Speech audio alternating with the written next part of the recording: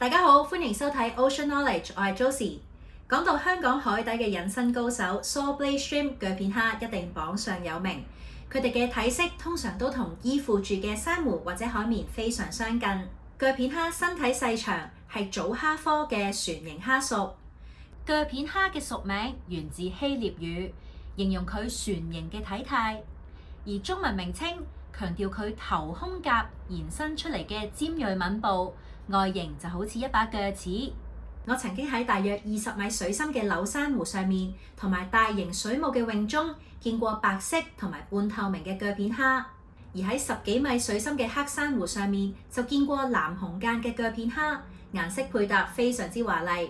不過由於珊瑚一直隨水流擺動，要影到一張滿意嘅相都唔係咁簡單。而有一次喺黃色嘅海綿上面見到將近完全隱身嘅鋸片蝦，當時佢好似打直懸浮咁，頭向下。